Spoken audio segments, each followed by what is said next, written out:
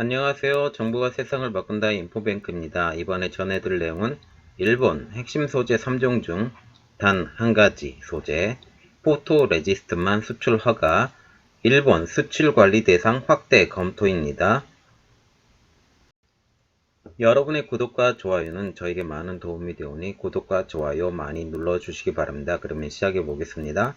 이번 주제는 일본 핵심 소재 3종 중 단 한 가지 소재 포토레지스트만 수출 허가, 일본 수출 관리 대상 확대 검토입니다. 이 배경으로는 일본의 3대 반도체 소재 수출 규제가 있습니다. 자, 지난달부터 반도체 수출 금지가 됐었잖아요. 이 반도체 수출 금지된 품목 중에서 가장 어려운 것은 포토레지스트였어요. 그림을 보시면 지난번에 수출 규제한 소재 현황에 대해서 이제 나온 그림인데, 포토레지스트, 불화수소, 플로린, 폴리아미드. 여기서 포토레지스트 중에서도 종류가 세 가지가 있는데, 불화루건 포토레지스트, 불화크립톤 포토레지스트, 극자외선 포토레지스트. 이 세 가지가 있는데, 이미 불화루건 포토레지스트하고 불화클립톤 포토레지스트는 한국에서 제작을 해요. 그러니까 이것 같은 경우는 수출 규제를 하더라도 한국에 치명타가 되지 않죠. 그런데 극자외선 포토레지스트 같은 경우는 한국에 만드는 회사가 없기 때문에 이것을 제한을 시키면 큰 문제가 생긴다라는 거죠. 그런데 이번에 극자외선 포토레지스트가 수출이 된다고 허용이 됐습니다. 아직은 물건이 들어온 게 아니고요. 이게 물건을 실어서 오는데 한 일주일 정도 걸릴 거라고 지금 예상을 하는데, 이제 들어와 봐야 결국은 들어오는 것으로 생각을 하면 됩니다. 이제 얘기를 더 들어가 보겠습니다. 일본이 수출 금지한 포토레지스트 보시면 EUV용 포토레지스트와 전자빔 또는 이온빔용 포토레지스트 이 두 가지를 금지를 했는데요. 전자빔과 이온빔은 1나노미터 이하를 구현하는 차세대 광원으로서 이건 미래를 개발하는 포토레지스트까지 깡그리 미래의 먹거리에 대해서 깡그리 막는 그런 수출 금지를 했어요. 그런데 이번에 들어오는 것은 EUV용만 들어오고 전자빔용, 이온빔용 포토레지스트는 아직 들어온다는 얘기 없습니다. 이거는 연구용으로 지금 계속 써야 되기 때문에 이런 것들은 그렇게 되고요. 특히 전자빔하고 이온빔이 필요한데 그런 기기도 지금 삼성전자에서 준비 중인 걸로 지금 알고 있는데 그런 것들이 장기적으로 준비를 하고 있는 걸로 알고 있습니다.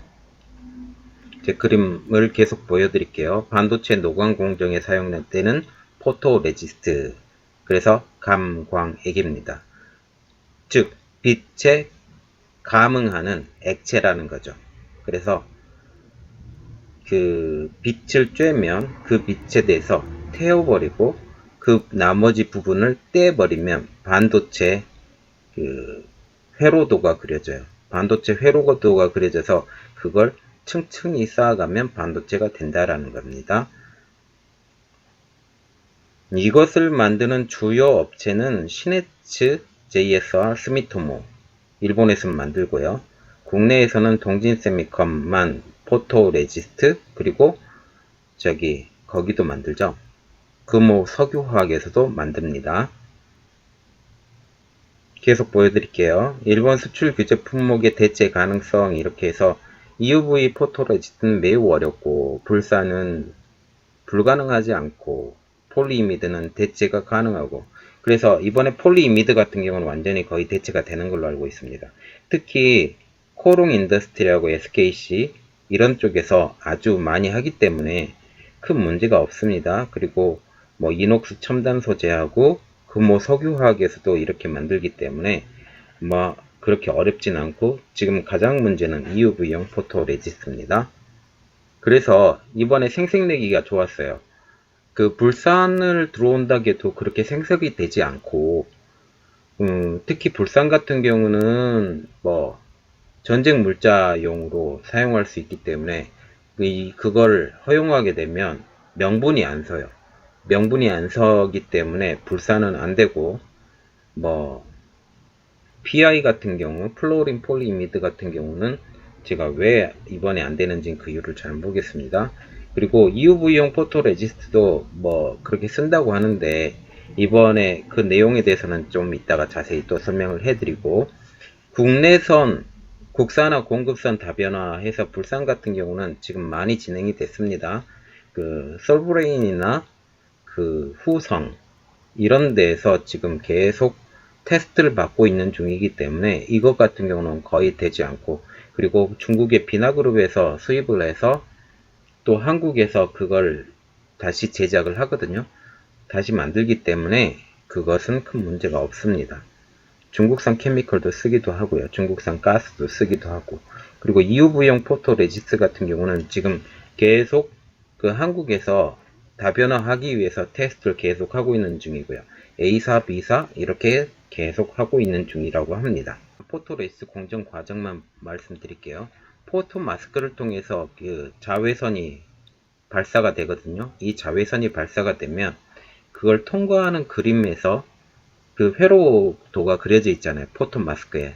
제가 올려드린 영상들 다 있으니까 포톤 마스크에 거기 회로도가 그려져 있는데 그 회로도에 따라서 그 그림에 따라서 이제 레지스트가 나오게 된다라는 거죠.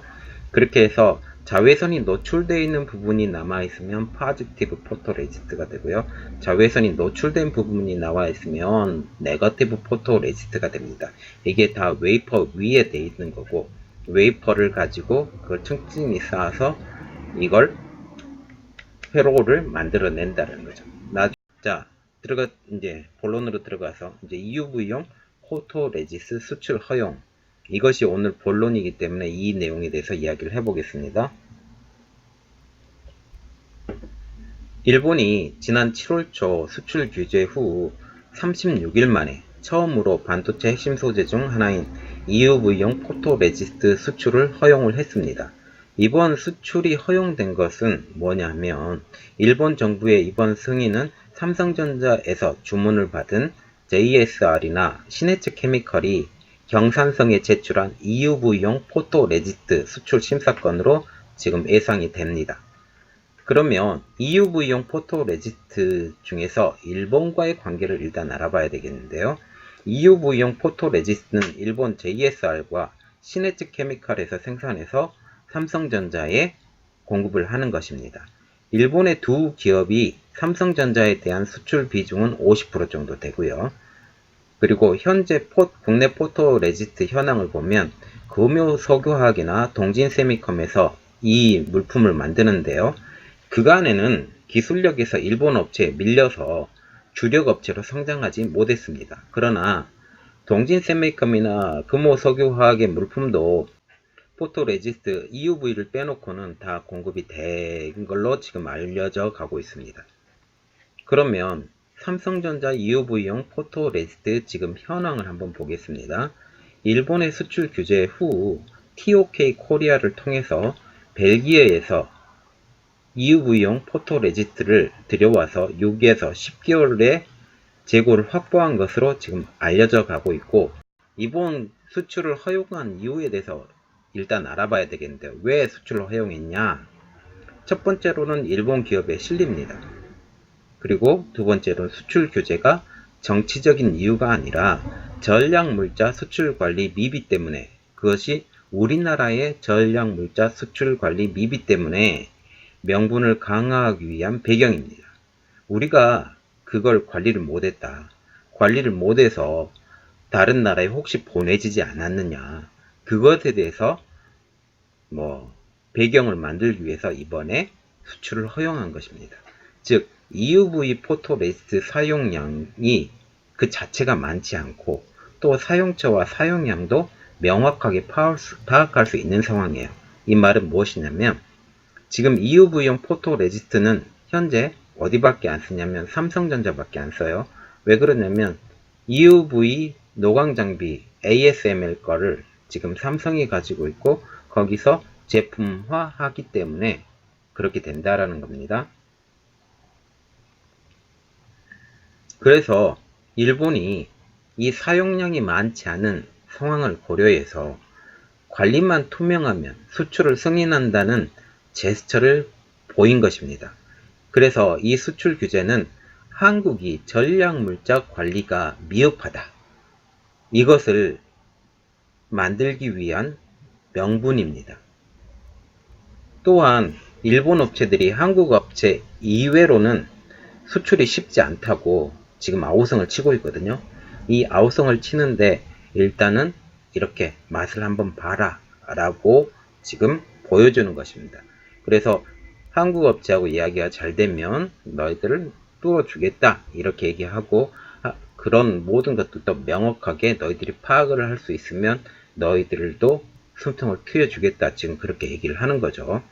그래서 지금 이게 허용이 되면 나머지 두 개도 허용이 될 거냐 라고 지금 예상을 하는 분들이 지금 유튜브에도 많이 있고, 다른 유튜버들도 이렇게 얘기를 하고 있는데, 저 예상은 좀 다릅니다. 지금 이것이 열렸다고 해도 다른 것이 또 열린다? 저는 그렇게 생각하지 않고요. 수출 관리가 지금 대상이 확대 중인 일본이라고 지금 다른 뉴스도 뜨고 있거든요. 어떤 뉴스가 뜨냐면 산케이 신문에서 복수의 일본 정부 관계자가 이렇게 말을 했다고 하는데, 일본 정부는 또한 수출 관리 강화의 일환으로 군사 전용이 용이한 제품과 기술 수출 제한하는 리스트 규제의 대상 품목 확대를 검토하고 있다고 합니다. 그래서 일본 정부의 입장을 보면 산케이 신문에서 또 이야기를 해요.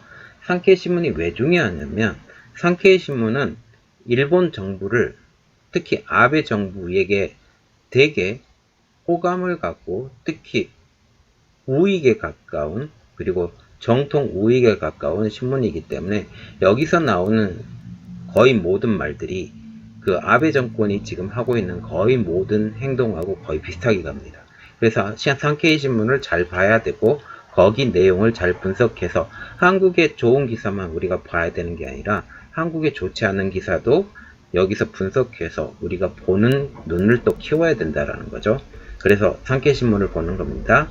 산케이 신문에서 어떤 이야기를 했냐면, 심사 결과 군사 전용 등의 우려가 없으면 수출을 허가한다. 이번 수출의 허가로 한국이 주장하는 금수 조치에 해당하지 않는다는 점을 보여준다. 일본 정부는 앞으로 심사를 통과한 거래에는 수출 허가를 내주는 한편, 한국에 관한 수출 관리를 둘러싸고 새롭게 부적절한 사안이 판명되는 경우에는 개별 허가 신청의 대상 품목을 확대할 방침이다. 즉, 이것은 이걸로 끝나는 게 아니라 더욱더 확대시키겠다, 그 말입니다. 그래서 일본 정부의 확대가 예상되는 리스트를 보겠는데요. 보도에 의하면 생화학 무기의 원료, 그리고 첨단 재료, 센서, 레이더, 통신기기 등 이러한 것들 약 240여 종이 리스트에 올라갈 예정이라고 합니다. 특히 첨단 재료, 센서, 레이더, 통신기기 같은 경우는 다른 나라에 가게 되면 거기에 좋은 기술이 되기 때문에 이런 것들도 막는다라는 것이죠. 또 산케이 신문이 또 이렇게 얘기를 하고 있어요. 이들 주변에 일반적 제품과 기술 중에도 가공되면 군사 전용이 용이하게 되는 것이 적지 않아서 현재는 미규제 품목과 기술료도 규제망을 확대할 방침이다. 이 말을 다시 한번 바꾸어 보면, 우리가 다른 수출 규제를 하지 않는 제품들이 또 있다고 할지라도 이게 만약 군사 전용이 된다고 하면 이것도 규제를 하겠다, 지금 그렇게 하는 겁니다. 이렇게 말하면 그 규제할 대상이 무궁무진해져 간다라는 겁니다. 그러나 이게 미국 등과 문제의식을 공유하고 있어 일본 정부는 미국과 유럽을 비롯한 주요 관련 국가도 협조하면서 안보의 관점에서 리스트 규제의 품목을 확대할 예정이다 라는 겁니다. 그래서 불확실한 과정이죠. 지금 해소되지 않는 불확실한 것인데, 신문들의 보도를 보면 개별 허가 품목이 추가되거나 심사 기간을 늘릴 가능성은 지금 여전합니다. 끝나지 않았어요. 즉, 탈일본은 거스를 수 없는 대세가 되어간다는 거죠. 이번 수출 허가가 주는 의의는 일본이 다른 나라들의 눈치를 보기 시작했다. 그리고 속도를 조절해 가면서 수출 규제를 할 가능성이 높아졌다. 그러나 수출 규제를 아예 안 한다는 것은 아니다라는 거죠. 그리고 우리가 정말 중요하게 생각해야 되는 것은 멈추지 말아야 될 소재의 국산화와 탈일본화입니다. 언제까지고 목줄을 쥔 것 마냥 한국을 뒤흔드는 일본에 끌려다닐 수 없기 때문입니다. 모든 일본 소재 및 부품의 국산화가 어려울 수 있어요. 되도록 많은 부품이 국산화가 돼야 돼요. 그렇지만 그렇게 되지 않는 부분도 있다면 다각화를 해서라도 외국에서 물품을 사와야 돼요. 또한 지금 보면 소재는 보통 일본에서 많이 만든다고 하죠. 그리고 중간재, 특히 반도체가 중간재로 속하는데 중간재는 한국에서 만든다고 그러죠. 그리고 완제품은 어디서 만들어요? 중국에서 만들죠. 중국에서 만들어서 그 완제품을 어디로 수출합니까? 미국이나 유럽으로 수출하죠, 지금. 이렇게 삼각관계로 이렇게 가고 있었는데, 이제 일본이 자기의 황금알을 낳는 거위를 배를 갈라버린 거예요. 배를 갈라버려서 우리가 부품 소재까지 끼어 들어가게 되면 부품 소재 우리나라, 그리고 중간재 우리나라, 완제품은 중국에서 만든다는데 지금 미국이 중국을 억압하잖아요. 중국을 특히 막는다고요. 그렇게 되면서 우리나라가 환율이 중국 환율하고 같이 뛰고 올라갔다 내려갔다 그래요. 그렇게 되면 어떻게 되냐? 우리나라가 미국이 중국을 억압하기 시작하면 우리나라도 같이 억압하게 되는 효과가 된다라는 거죠.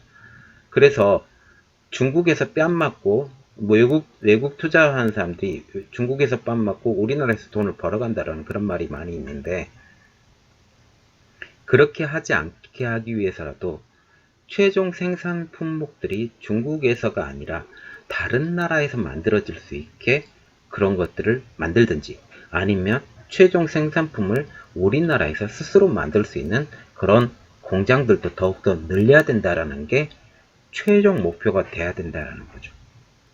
이것을 위해서 미국과 협조해서 베트남이나 아니면 다른 나라, 지금 탈중국화가 돼가고 있잖아요. 부품 공장들이 중국에서 엑소더스 하고 이런 이야기들이 나오고 있잖아요. 그 공장들과 함께 미국의 힘과 함께 도와주면 우리나라가 이런 것은 안 받게 되죠. 미국이 계속 중국을 억압하더라도 그것을 따라서 우리의 환율도 같이 춤추지 않는 그런 일들이 벌어질 수 있습니다. 그래서 우리나라가 점차적으로 중국의 의존도를 낮추는 것도 굉장히 중요하게 된다는 거죠. 그래서 우리나라도 중국도 탈중국화가 돼야 된다. 지금 당장은 의존도가 높지만 의존도를 점차적으로 낮춰서 일반 나라의 수준까지 의존도를 낮춰야 된다는 게 가장 큰 목표가 또 돼야 된다는 겁니다. 이것을 위해서 우리 모든 중소기업과 그리고 완제품을 만드는 기업들도 우리나라에 더욱더 많이 투자를 하게 만들고 우리나라가 그것에 따라서 더욱더 부강한 나라가 됐으면 좋겠습니다. 오늘 내용은 여기까지였고요. 저희 내용이 좋았다면 구독과 좋아요 많이 눌러주시기 바랍니다. 감사합니다.